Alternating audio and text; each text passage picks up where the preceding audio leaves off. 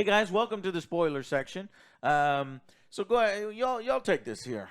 You want to spoil the ending? Yeah, we'll do those up The front. So post? what's the what do we got here? The post is like Peter leaves the Guardians. He's like, I've been running away from my family, so he goes to Earth and visits his grandpa. So he reunites with his grandpa. We see that, and we get a little funny scene. They're talking about mowing the lawn. I didn't quite understand this one, but it does tease it a setup of the legendary Star-Lord will return. So they signed that fucking contract with, Chris Pratt. So he's coming back in some form, whether it's a spin-off movie where it's just him or he's cameos in the Avengers and he comes back to fuck everyone up again because they didn't really address that. I was kind of looking at to address it. He does say he does mention it, but He's it's like, we need a little more than that. I like because of fucking James Gunn actually addressed that. I read something recently that he did not like that. He's like, I would not have done that. I don't agree with the way that they did that. And so what the decision to have him beat Thanos in the face with a thing and destroy the entire half the fucking universe for no goddamn reason. James Gunn didn't sign off on that. No, yeah. So he's like, I wouldn't have done it that way. He was very political, but it's like, that was a really dumb decision to have it done that way. So that was one of them. The other one is after Peter leaves, he makes Rocket the new leader of the Guardians. So it's Groot. James Gunn's brother. James Gunn's brother. I forgot. I was trying to think of his name. Yeah. Groot, obviously, and the little girl. Star Kid. It's a Star child. There's no comic book counterpart to this Warlock, little lady. But again, Warlock and then Warlock didn't really impress me. I was like, I don't really want to see another spinoff with Warlock is far more powerful than he's kind of seen in this. Maybe he's kind of babyfied. He's sucking on the teeth of his mommy. And they took him out of his chamber early, is what they said. Yeah, exactly. So he's got mommy issues. She actually dies in this film, and it's this plot line's kind of dropped. He should probably be a little more angry and upset, but he forms a bond with the little cat creature. So she's not as powerful as him, right? No. All right. Because she blew up on that ship, and she died, and he blew up. Yeah, she's just a normal sovereign. He's like a modified genetic super soldier sovereign. So, but yeah, he forms a bond with his little pet, and that kind of softens him because he's kind of an asshole at first. He actually kicks off the entire movie. He's sent by sovereign forces at the behest of, the High Evolutionary to go get Raccoon. And instead of acquiring him simply, he bashes him through 15 walls, potentially killing him, which I don't know if the main villain would appreciate that if he brought him back dead. But he made a mention. I guess of all it. he He's did like, is he I just wanted need his brain. Yeah, he's like, I just need his brain. So but didn't the matter. brain would be dead if he got a dead brain. I don't know. Again, he's a doofus. He's a doofus, a little bit of a doofus. But, because I don't give a shit about Adam Warlock, and I totally understand if you're pissed off and you're like, hey, I like Adam Warlock. I want him to be even better because I agree. But I'm like, fine. As long as you're not taking up too much time, I'm fine with it if you want to explore in this next legendary Star-Lord film or in future films. But it just feels like it's like, shit. That's a thing I had to tie up, and this is as best as I'm going to give it, and then just forget about him. Yeah.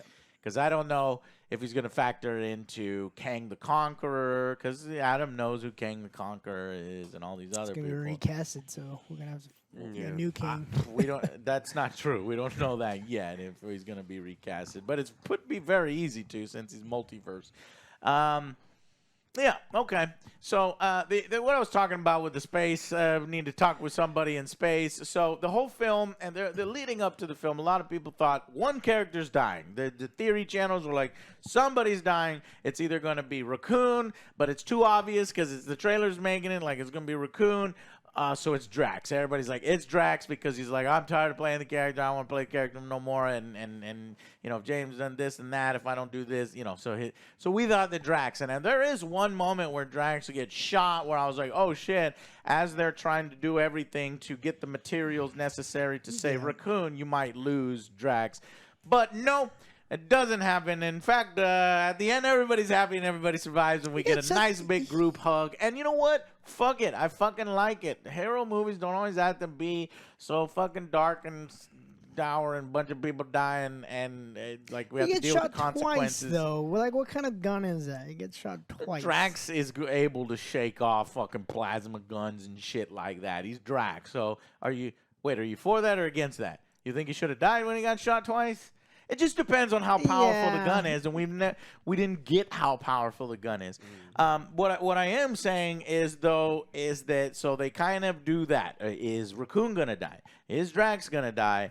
And then they pull the rug out from under you as the the villain ship and the hero ship are fighting, and they're evacuating all of the people after they win. Peter goes back for the fucking tape player, the Walkman, and he runs and grabs it, and this makes him late to jump off the ship. Cosmo's not able to hold it the whole time, and I forgot to talk about Cosmo, damn it. The whole bad dog subplot, which I thought would be fine for 1, but they kept it going for like 4. I'm like, I just know how this is going to end, and then it ends, and it's like fine. But audiences, I'm sure they liked it. But, okay, but anyways, he jumps off, but unfortunately, he doesn't make it across. So then he actually hits some debris, which stops him even more, and then his skin starts to ice up. And then I was like, okay, but that's fine. You ice, no problem. We'll thaw you out. But then starts inflating. Like, oh, shit. Motherfucker started bloating, and I'm like, oh, he's dead. You can't just coagulate. But he's half celestial. Yeah. That's what I was thinking, too. All right. That's what I was like, people maybe forget that. He'll come back from that. People forget that. And there's no mention of it. So, I think it really does, affect the audience. And they're like, oh, shit, what the fuck is happening? But that's when Adam Warlock, who basically is surprised at one point that Groot is helping him later on because he tried to kill Groot, he tried to kill the Guardians and take them out, and he's like, why? And it's like Groot is like, I am Groot, and then he says everybody deserves a second chance. So Adam Warlock is now a good guy, and he grabs him. Now that he lost his mom, his mom's not yelling at him to do what she wants to do. He's got to figure it out himself, and he joins the Guardians of the Galaxy. That had to happen. If you know Adam Warlock, and this is why he's in there, but it's not executed well. It's because at the end he ends up a Guardian of the Galaxy in the comics. He's in one of the teams, a new iteration of the team. So they're like, okay, nice little bow here. But it's like, well, you kind of rushed his character, and you kind of gave him nothing, and then at the end you said, hey, now he's at the end, and you're like, well, if you're an Adam Warlock fan, you're fucking pissed. Yeah, thankfully, I'm a Superman fan, but I'm fucking pissed. Yeah. It just kept getting worse and worse as far as the comic relief. Because I mean, even at the beginning, he's like, oh, he's mentally a child. He doesn't understand. He likes his dog. He's fighting with his mom. And then even at the very end, he's blown up. His shirt's ripped off, and he's about to look. You think he's gonna fuck up Groot, and he goes, ugh, and then just passes out again, and might as well land it on a whoopee cushion. It's like we get it. He's comic relief. We're at the height of the movie. The ship is blowing up twice. Over and over, it's like come on. So you kind of almost have to depower his ass, to get him to do, just pass out at every moment. Well, but the real reason why he's passing out, Alex, and it is because we can't have too much time with Adam Warlock. We have to give it to the other characters because, frankly, Adam Warlock on the Guardians of the Galaxy, he's gonna do it all. Yeah, I mean, he can do everything that everybody else does on his own. So I get why they did it. Just the explanation. Yeah, is exactly. Still not I just satisfying felt to like watch. he should have been a bigger threat instead of just a comic relief. Yeah, right. He was he's a sub villain, but he actually doesn't really feel much like a sub villain because he's not in action enough. Yep. Well, I mean, they just kind of dispatch him immediately. Like the first scene is like he does fuck up Rocket, he does fuck up these other people, but he gets stabbed in the chest, and he's like, "Holy shit!" Like he could have just straight up died. And it's like, I'm not afraid of this dude. I really do like, how Nebula she gets fucked up in this film quite a bit, but she's just able to do the bones and stuff, and there's some goop and some nastiness, and that helps that James Gunn has a little bit of trauma background, trauma films and stuff. That helps with that kind of stuff. That hallway scene was amazing. They fucking fight an entire room of bad guys in between them and the children and the main villain, and they go in together. They have that moment where the song plays, and then Rocket decides I'm not leaving. I got unfinished business. He starts walking, and so then all the other Guardians start to turn, and it's like a hero walk together. Gamora's like, God damn it, and then she goes with it because she's still not officially a Guardians of the Galaxy. She's officially a Ravager, and then at the end of the film, instead of celebrating with the Guardians, she's celebrating with the Ravager. It's like, I don't really buy the fact that clearly she's done a lot of shit off screen with these people, but it's like, I don't fucking care about none of these guys. And Sylvester's, welcome home. And she's like, hey, and she's laughing like she's having a great time. Like, yeah, well, all right, whatever. I was really hoping because there's like this bear octopus mech robot guy that wakes up in this long hallway. I'm like, holy shit, this is gonna be the end boss.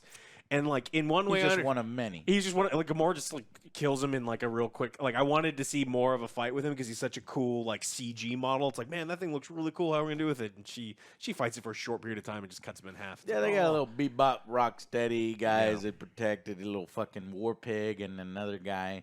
Like a turtle or some weird thing. Yeah. Groot went crazy in the hallway scene. He like put his fist through somebody's mouth and then it extended all over some branches all over his blew him stomach. up from the inside. I was like, holy so that's shit. another thing. This one is a little more serious. Like Guardians of the Galaxy, they're killing people. Yes. They're shooting people and killing people. And then at some point later on in the film, it's like, I'm not going to kill him because I'm a Guardian of the Galaxy. But wait a minute.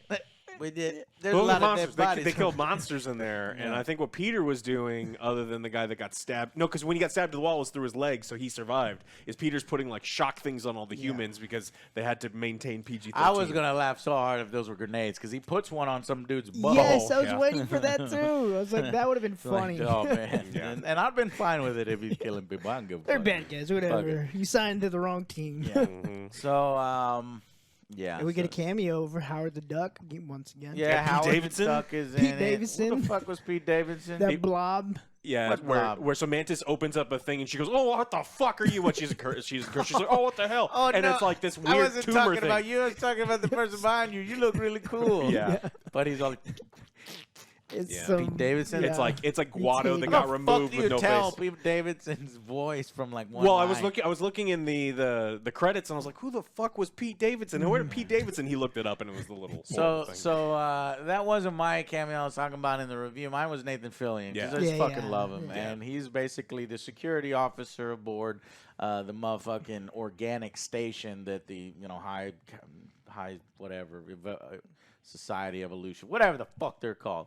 And he has like a sidekick that's dumb and stupid. And I got one of them too. That's funny. he can relate. It was very funny. He can relate with Quill and Drax, and at one point, and Mantis does not hold back. She says you're stupid, but she's not meaning it in a hurtful way. And I was like, no, that's gonna affect him, and he's not gonna forget it. But luckily, she's like, you will forget it. He's like, oh, did you see how I busted that door down? I love the Mantis and Drax interaction. Yeah. It's sad to see it end because there's a moment where they say goodbye to each other. So by the end, after Rocket Raccoon gets hurt by Warlock, they want to try to heal him. They can't heal him because he's proprietary technology. There's some kind of lockout and code that you need from where he was, and that's how all of this creator gets factored in. Once they solve that issue, though, Peter is like, hey, guys, I got to take some time for myself. I've been running my whole life and stuff. And so that's when he goes back home to visit his parents. And I guess he's just going to kind of figure things out, maybe try to mac on Gamora from time to time, get that going, or maybe he's going to move on. There was like a little tease a little bit. They were like, that's not me, that's more her. And it's Nebula, and he's looking at Nebula. He's kind of considering it or something. At least he compliments her eyes. But she's like, no. But yeah, so he's going off. So Rocket is going to become the new leader. So what does Drax end up doing? Nebula has a perfect line for him, and that he's not Drax the Destroyer, he's Drax the dad. because he's able to communicate with these little children, these little star children that the high evolutionary dude was trying to create a superior beings and race and society. And yeah. And so he is able to communicate with them, and it's good because factors into his backstory. He lost his wife, lost his child, wanted to be a father, and then that works. Then Nebula says she's going to be in charge of Nowhere. This is the ship, ship. It's like the head of a dead god, but then all of everybody's cool in it, their friends and shit. It's awesome. And so she's going to be the head of that. What else? Everyone else goes away. So Everyone goes. Gamora goes away. Peter goes away. Mantis goes away, and then Then you have the rest of them form the new Guardians of the Galaxy. Yeah. So, it was. So what got me? What made me tear up is the fucking. It was a little sad, obviously, when we have these flashbacks and we got Rocket Raccoon and he has a walrus with wheels. You got a bunny with spider, fucking it's creepy as shit. But I like bunnies, but I was like, that's creepy. And then you got an otter with skinny robot arms. And they become friends, and it's touching. I like this. And unfortunately, as he sees that the high evolutionary is abusive, obviously, he's kind of excuses it because it's all for a goal here. He's making the perfect society, then we're all going to go there. And he kind of lets slip. He's like, you're not going there. Like, you're ugly, and I just used you for the means to get to there. Yeah. And, I kill all your friends. He's like, oh, fuck. So he does something smart, gets some components that he needs to, hides them, and it releases his friends. He's like, we'll get on a ship, we'll escape together. It's good to have friends. Pop! Motherfucking high evolutionary dude shoots and kills the otter lady. And so that was sad. And then he calls in his security. Rocket goes crazy on it, cuts his fucking face up. That's why he's got the skin pulled back. But while he's taking shots and avoiding shots, the bunny dies and the motherfucking walrus dies. So it was sad. And then another sad part is when Rocket is being revived, or he's not taking well to being revived, and he crosses over.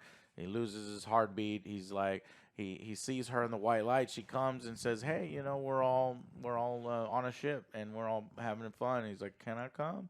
You get that little young Rocket voice, and she's like, "Yeah." And so then he's about to go, but then she's like, "No." Well, she's like, "Not yet. Yes, but not yet." And then he kind of comes back too. So that was sad. And the final sad part for me, this is all obviously related to the animals, is that when all the kids get off the ship.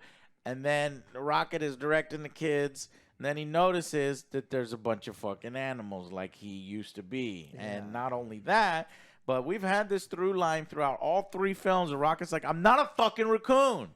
And I'm like, you're a raccoon. But but maybe you're not at space. Maybe there's some chance that you're not a raccoon. Or at least you don't believe there's a raccoon. And he's like, and he finally realizes he's a raccoon and fucking says raccoon on the goddamn box, and he's like, God damn it. And all the little cute little raccoons are cowering, and they see him and they get on him, and that was sad.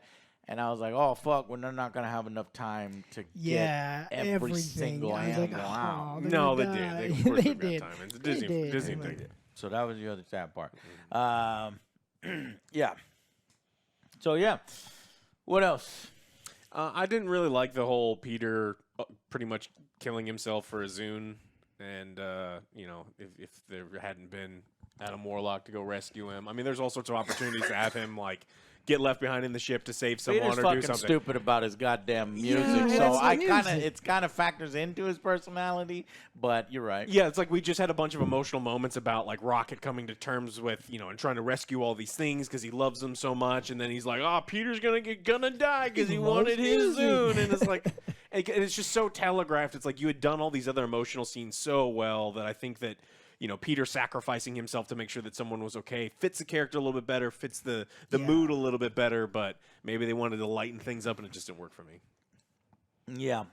So when they eventually get to the High Evolutionary, he's got a whole society. It's so weird because I guess he just likes Earth. He went there one time while he went there and didn't destroy things, or he's just observed, and he made his own Earth, and he called it Counter Earth, and it's just some creatures and anamorphic, and I can't say that word. He's a furry.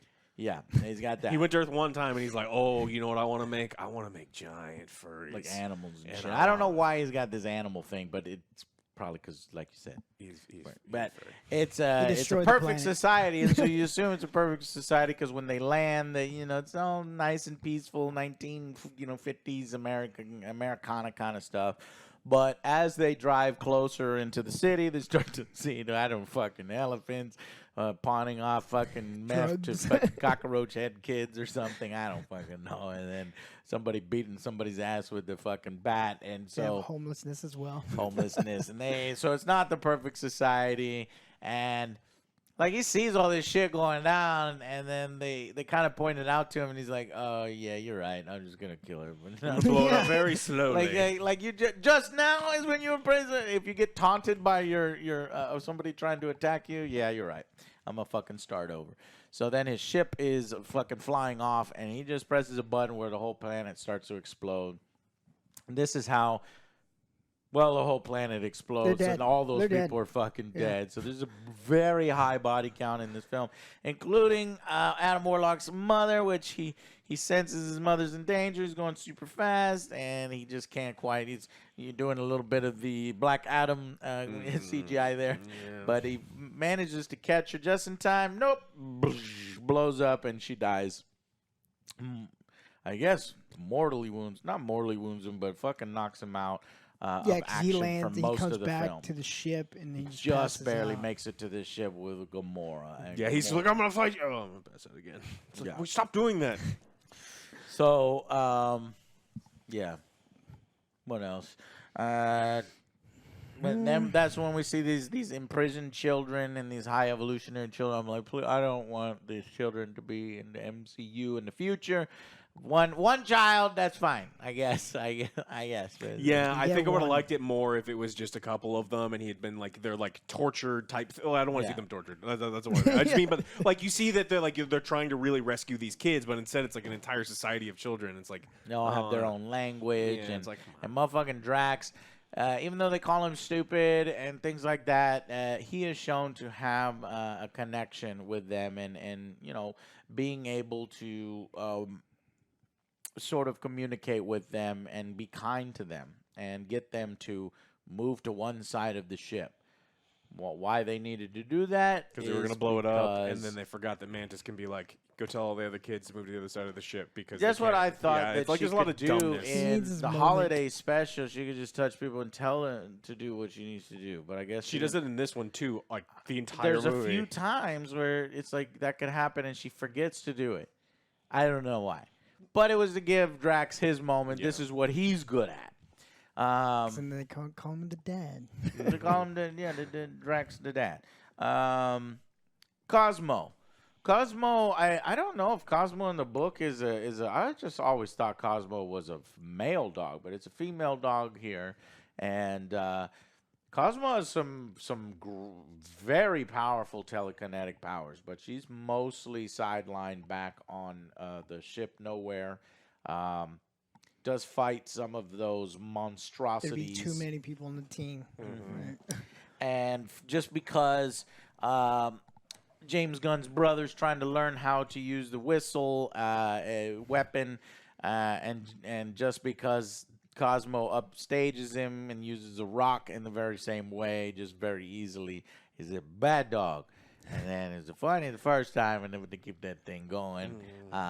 And then it's a good dog when she basically takes two big slabs and crushes the leader monstrosity. It was like big some weird pig bear thing. Yeah. So yeah, and then also Cosmo is like. Keeps the two ships together tightly enough so that space doesn't fucking suck everybody out, and I just felt for Cosmo. I was like, hurry the fuck up! Because Cosmo's already about to pass out just because Mantis says you're really strong, you could do more. And then everybody just leaves, and Cosmo's like, God damn it. Then we get another fight scene in there. And He's just another like fight holding up scene. It was so everything. short. Fucking Cosmo, you bastard. The fight scene, or Yeah, that fight scene was super short. So we're focusing on so much of this other stuff, and then we get the final encounter where it's like Rocket Raccoon we have this final encounter. So it's like the High Evolutionary finds Rocket and goes, "Listen, you bitch, you were the only thing I ever made that could like truly think for itself and invent and create." That's why he wanted him the entire goddamn time. And arguably smarter than him. And he's like, he just couldn't take it. He's like, how could I have created something smarter than me? That can't happen. And then so he's like trying to use all these gravity powers, and then Rocket like flips a switch, puts his gravity boots on, and then he's, says like, "Oh, my name's not the serial number," and he starts shooting him. And then the other team shows up kind of out of nowhere, and we have this really fast fight scene, but I think it was a perfect opportunity because the guy's powers are so cool. They're the gravity powers that I think they could have had a really quick fight scene, but it was over real fast. I didn't mind it too much because what I took away from that is the guy's not, Ronin. He's not, that he's basically a dude in a suit, super smart. You rip his suit up, he's fucked. Because even Rocket, when he was a young one, surprised him, ripped his face apart. And you do see a gruesome face, half-face, fucking. I'm like, oh, wow, they're showing that. Okay, well, that's a little bit of the trauma thing. And he's like, look at what you did in my face. And then Drax is like, kill him. They did let him. Kill him. They did let him live, sort of. Yeah. Yeah, they did. I kept hoping that fucking Gamora was gonna come up or Nebula's gonna be like, well, I'll kill him. I don't fucking care. It's like leaving him on a ship that's exploding is kind of worse than just like killing him quick. That is how he died. Kind of. It's just I guess you can say maybe he well, escaped. I You didn't see the didn't body. kill him. It's like, oh, okay. But you think he's gonna die in space? Okay. Maybe. Okay. Yeah. So then Cosmo is unable to hold the ships together. That's when we see Quill barely escaping, but then freezing in space, but then fine. And it's fine because he's part Celestial. He gets rescued by Adam. And, yeah. And then Rocket gets captain. Mantis does a self-discovery journey. It's like, it was like Quill's like, I'm going to go on a self-discovery journey. And Mantis is like, I will too, and here's why. Blah blah blah blah blah blah blah blah blah blah blah blah. It's like Peter's like, all right, never mind. And yeah, so then Gamora reunites with the Ravagers, and Nebula and Drax will stay behind on Nowhere. So I do hope I'll see some of these characters. We know we're seeing Star-Lord. But I like these characters so much that I do want them to factor in, to the future Avengers films in some way, maybe in these small cameos. Yeah, because I like them. Because the current roster, I don't like as much as this. Not yet. But again, Not yet. All right. James Gunn's not writing Well, it. the next, right? James Gunn's not writing it. He's on the DCU, and the next one is what? The Marvels. In like November with the girls. The trailer today, I saw it again. I'm like, no, this isn't it. Yeah, I don't know about that one. It's I not guess it. the women are gonna like it, and girl power, and then they'll like it and they'll hold it up, or maybe it'll be good. I don't fucking know, but I am worried about the MCU in the sense, like, you know what, can't stay on top forever. I mean, they can't say. I fucking enjoyed these 25 films, in the past. I'm good, bro. I'm doing good. It was a good run. It's a good run. You could have some stinkers, whatever. Yeah, And then after I the think stinkers, that's what we we're go back coming up. into. I think maybe we might be at the turning point where this Guardians of the Galaxy 3, one of the last good ones that we could all agree on, and then maybe, hopefully, the DCU can take precedence, because it's the way it was in comics. Is like Marvel, they go back and forth. And James Gunn was even talking about that. It's like people have the perception that these two companies hate each other. They don't hate each other. They just want people to go to the fucking movies and see their movies. So it's good. They want to make money. They want to make money. So, and they want people to get interested in comics and their characters. And yeah. So, anyways, yeah, I don't know how well it's doing in the theaters. I'm sure it's doing fine. So we'll see. Certainly doing better than Shazam 2, I could tell you that much. But yeah. Anyways, that's it. Yeah. It's 2 minutes. So, did I talk? Yeah, I already mentioned the James Gunn's wife. Yes. We got put in it. She got shot in the leg by Gamora. So I don't know if he's trying to be like, see, she's not invulnerable just because she's my wife. It's like, but you put her in the film. She's like the voice or director of the station that Nathan Fillion is on. What else? That's it. Yeah. And so that's 2 DC characters because you got the villain actor and you got her.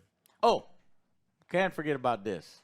Groot finally, after Nathan 3 too, films. right? He was in DC. He was the guy with the limbs. Yeah. Oh, yeah, Yeah. Nathan Yeah, was so- in too. There's 3. Nice job. Yeah. Well, Pete Davidson was also in that movie as well. There you go. Sean Gunn Yeah, is in maybe DC. even Zoe. Was Zoe in one? I don't know. No, But yeah, but it was Sean Will Sean Smith's Gunn wife is in a ton of was DC in stuff. one. Yeah. Sylvester, he has his own fucking, Samaritan. I haven't seen that one yet. It's not Me great. neither. It's not I good. haven't seen it. But I was gonna say, so Vin Diesel finally speaks. He Yes. goes, "I love you guys." I think is his actual words. I wanted him to say "You're my family" because that, like it's fucking Vin Yes. Diesel. He's just like it's just Vin Diesel. Words, I love you guys, but it's like you're my family. It's like that was so much It better. was a perfect fucking moment Yeah. for that because when I heard his voice, it's like the first time I'm like, Vin Diesel. That's Vin Diesel. When it's Groot, it could be just a great voice actor, right? And then, no, when he said, I love you guys. I love all you guys. It's trademarked by Fast and Furious. So he can only say family Yeah. at Fast And and he's Furious. like, no, that's probably the line, but he's like, no, family, that's mine. That's my multi-billion-dollar franchise. You can't have that. You pay me more money. Then I say family, but not. It's his thing. You got to pay for his thing. Guy's getting fucking paid a shit ton. I am Groot. Right, That's it. Right. That's fucking it. Didn't even have to show up on set. Him and Bradley are doing Yeah. pretty well. Well, no, but he had lines. He's a, I'm Groot. Yeah. I'm Groot. I'm That's it. in I'm different Groot. inflections, Joe. God damn it. I'm Groot. And then We are Groot. Groot is, and then at the end it's shown that he's finally past his teenage form, and now he's actually Hulk. a huge Hulk Groot. I don't like huge Hulk Groot. God damn it. Maybe there's a comic where he's huge Hulk Groot. Just give his normal Groot. God damn it. Yeah. But he's Groot. If you want normal Groot, he'll go normal Groot because he can go. He can do. He whatever. actually went to Kaiju Groot, which was actually kind of cool. I liked when he I went. never- Yeah, yeah. that's funny. Yeah. All right. Well, I think that's it now. Yes. Yes. All right. We'll see you guys in the next Marvel review, which I guess is motherfucking getting a little sick. I think it was a chip. I'm already coughing. It was a chip. I can't watch that movie. Oh, Can't yeah, watch it's- Marvels. When is it? Oh yeah, That's November or Oh something. shit! Yeah, no, No. I can't. that makes sense. We'll see you for the Marvels. All right, guys. Thank y'all very much. And we will see you on the next Angry Joe Show. Right, Bye, guys.